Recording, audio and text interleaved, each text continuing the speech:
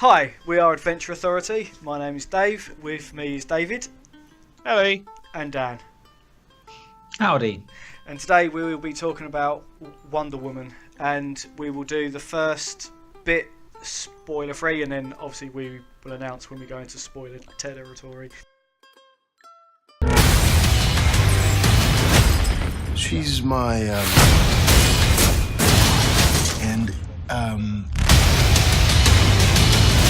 Diana, Princess of the Prince, Diana Prince.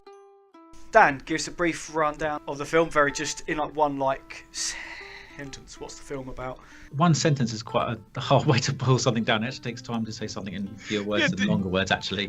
Just a general. It's a run-on sentence. Yeah, just a general brief overview of it. The film is about a woman called Diana, who's a princess of this ancient hidden Amazon society. Basically encounters the man for the first time in God knows how many thousands of years from World War One. There's this huge war on, and the Greek god Ares might be behind it. So she decides to go with this pilot called Steve Trevor to try and find Ares and bring about the end of the war. Cool. Yeah, that's basically the plot.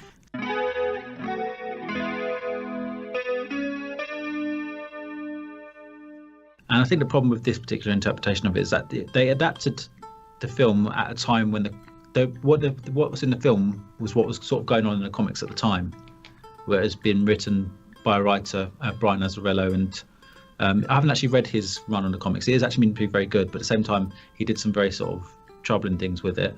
And her characters, because the character became more warlike and aggressive, I suppose. Like she ended up becoming in the comics, she ended up becoming the goddess of war. She took over from Ares as the god of war, and she had she was started using a sword and shield. And I don't like sort of seeing Wonder Woman with a sword and shield. Like the shield itself is redundant because her braces do everything the shield can pretty much. She can block all kinds of attacks with it and so on. I know the shield gives more coverage in a practical sense, but like in a comic book sense, it's always been like the thing that Wonder Woman's been famous for is reflecting bullets with her braces. Having a shield on top of that seemed a bit redundant. Well, it's kind of silly looking having a shield deflect a heavy machine gun and a bunch of people shooting from all angles anyway. If it was just her braces, I could see that being even sillier looking. Yeah, you wouldn't be able to do that scene in that way. You'd just find another way to do that scene though, wouldn't you? True. The original creation of the character by the guy William Moulton Marston who created him, he created her as sort of almost like an answer to what he described as a blood-curdling masculinity in comics. It wasn't meant to have a primary focus on violence for a start. Well, my limited knowledge of Wonder Woman comes from the fact that it's very into bondage, and it's very into the lasso of truth being a thing that she ties up people to then get them to confess, which is, I believe, lent into the original creator's like of bondage. There is that element in there. His mistress and his wife.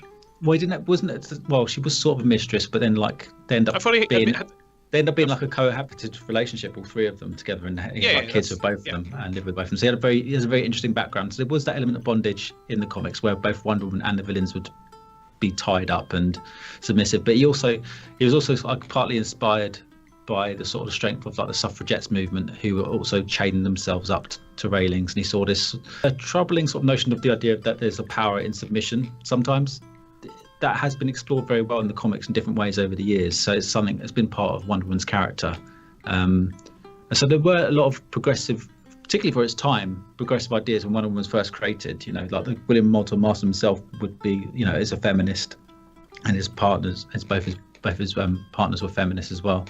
And so she was sort of created as a feminist character, but there was always parts of it that could be considered sort of troubling or worthy of discussion.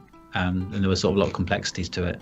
I'm not saying they had to bring all that into the film, but I think the main thing it should report to the film, and the main thing her character's seen for, is about her sort of compassion and her sort of unconditional love for everyone.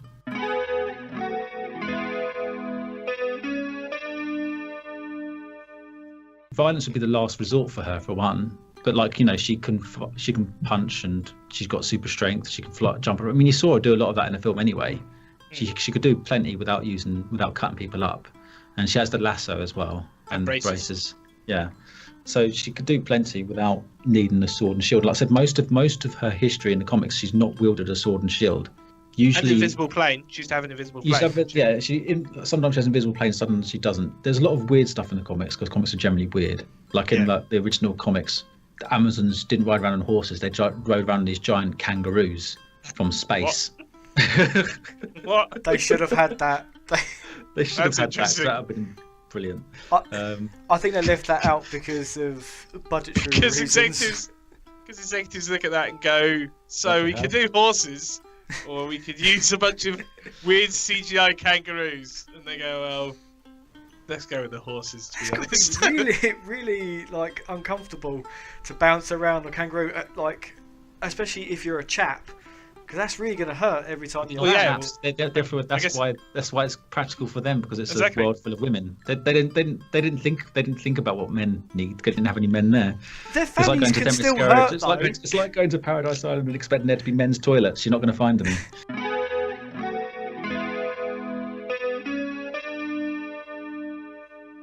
It was Thor meets Captain America, which made sense to Captain America.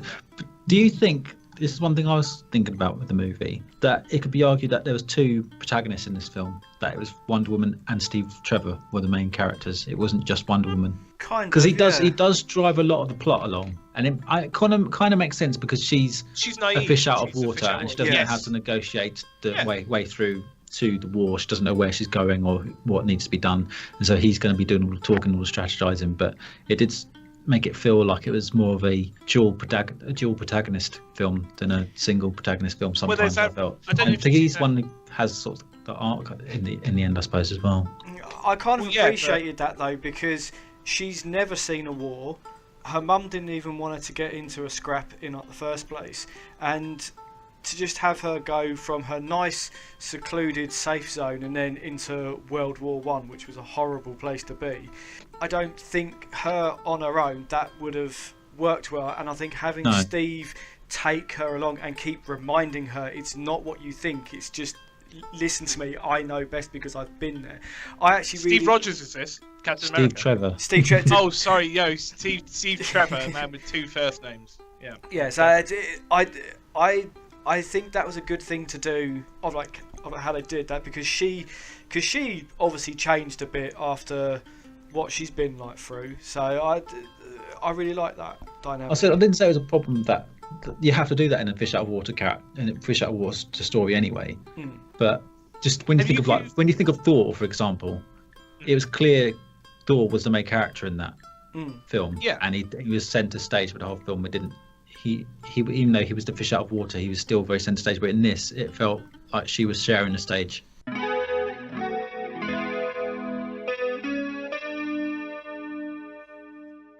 Have you been to the cinema in the last 3 months or so? Have you seen the trailer for Wonder Woman in the last 3 months? Yeah. Probably. I've seen a few because there was a weird thing where they showed the trailer, and in the last month or two, maybe it's because I've been to the cinema too much, where they started having it where they have a short introduction with her and Chris Pine introducing the movie and saying, this is Wonder Woman. We're introducing you to Wonder Woman, and this is what Wonder Woman's about. Basically giving you a synopsis. Frankly, one couple of lines, much less than you use, Dan. So they're just sitting there and introducing it, and then they show the trailer, which then introduces and shows the movie, and it's really weird. It's really kind of I don't know, just that. Introducing them.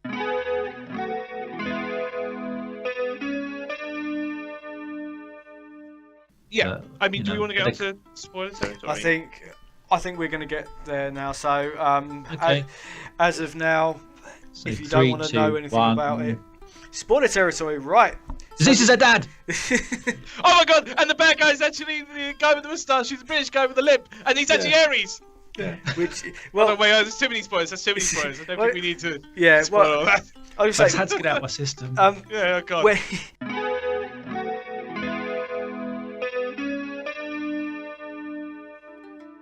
He's not really the god of war. He's the god of inspiration, and he kind of just tells people, E equals MC squared, and you can make a nuclear bomb.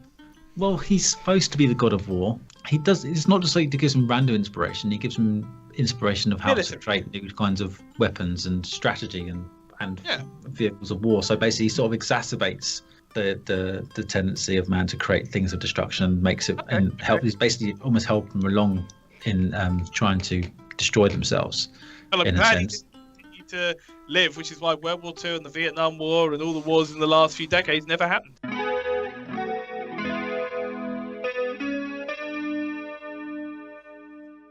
I found anything referring to Britain was done in a real negative light here. Like, one, the main bad guy was English. Then you have when Steve arrives and is like, I've got the book of the most notorious chemist in the world. This will tell us everything we need to know. There's going to be something bad going on, and all like, get out of here, American, with peace agreement, and we're just made to look like a bunch of twats. And well, no, but that's I never high command, because the entire message of World War One, at least these days, apart from those people who are especially patriotic, was that it was, as I said, lambs led by lions. It was they wanted a war. They were idiots. Lions led by donkeys, or even basically they're idiots and they're in control and they're desperate for war and glory. But in reality, they haven't caught up to the times. And in this, they're just giving up and desperate because they're sick of the war. That is only at the start of the war where they're all to like die in battle. That's the most sending people to walk at machine gun nests and getting them to ride in cavalry charges. But this is right at the end. But imagine how the Germans would feel watching this film as well. From the German high command, they are all like, no, mad, crazy guy.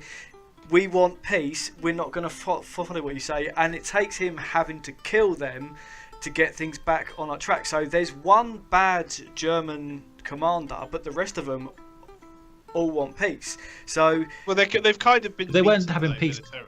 Yeah, they weren't having peace because they have nobleness. It wasn't out of nobility. It didn't come across they wanted peace out because they were like they said, out of nobility. It's just like we can't fight anymore. We've run out of resources. As they said, they've run out of beans, bullets, and bandages.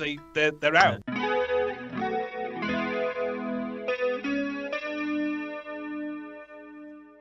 It's going to be hard for me to explain this without you reading the story to get it. But in this comic of Wonder Woman I read recently, is that the villains are revealed. She confronts the villains, and it's Ares' two sons, Phobos and I'm not going to get the names right, Demos.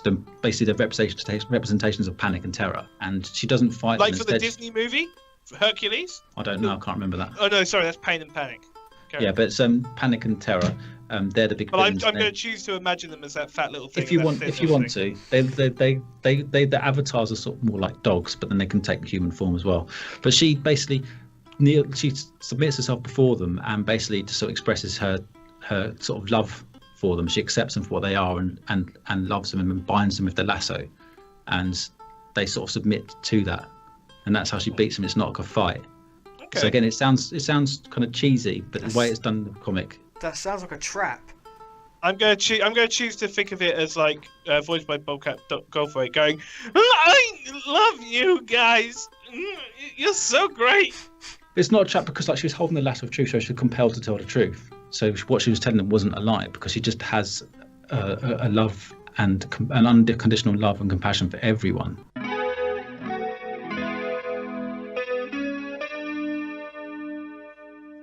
Why do they have this sword that's supposed to be a god killer? Who told Hippolyta that it was a god killer? No, she told Diana that so she wouldn't know that she was the weapon, which I think was a really bad twist in this anyway. But why would she tell Diana that? In case someone mentioned there was a weapon? Because it seems like everybody knew except for her. It's just a pop ornamental sword. She liked collecting swords. She got it at Comic-Con. And she's like, well, you know, I've got it in this nice display case. Don't touch it. Why don't touch it? Oh, it's really important. Why? Well, it can kill a god. But in reality, she spent $2,500 on it. She ain't gonna let that 8-year-old touch it. No, come on, you're not gonna let your 8-year-old kid touch your sword collection. Come on, boys.